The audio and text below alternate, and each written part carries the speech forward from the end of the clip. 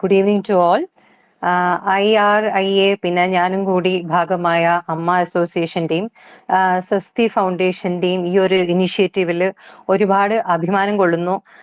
സത്യം പറഞ്ഞാൽ ഞാനിപ്പം ഈ ഒരു അരമണിക്കൂർ സാറാ മാം പറയുന്ന കുറെ കാര്യങ്ങൾ കേട്ടപ്പോൾ ഒരുപാട് മനസ്സിലാക്കി.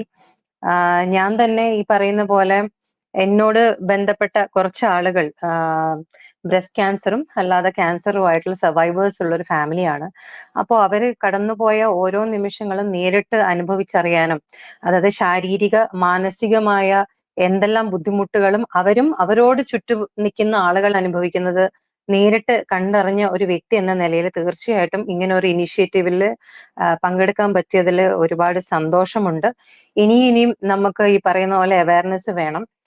എന്റെയൊക്കെ സാധാരണ ഒരു ധാരണ എന്ന് പറഞ്ഞാൽ 40 വയസ്സ് കഴിഞ്ഞ സ്ത്രീകൾക്ക് മാത്രമാണ്, അതായിരുന്നു എൻ്റെ ഒരു മിഥ്യാധാരണ, മാത്രമാണ് ബ്രസ്റ്റ് ക്യാൻസർ ഉണ്ടാവുക എന്നുള്ളതും. പിന്നെ ഉണ്ടായിരുന്ന ഒരു ധാരണ ഇപ്പം സാറാ മാമിന്റെ സംസാരത്തിൽ ഞാൻ തിരുത്തിയിട്ടുണ്ട്.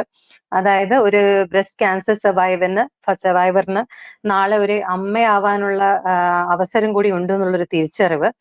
തീർച്ചയായിട്ടും ഈ ഒരു സംരംഭത്തിന് എൻ്റെ എല്ലാവിധ ആശംസകളും. Thank you.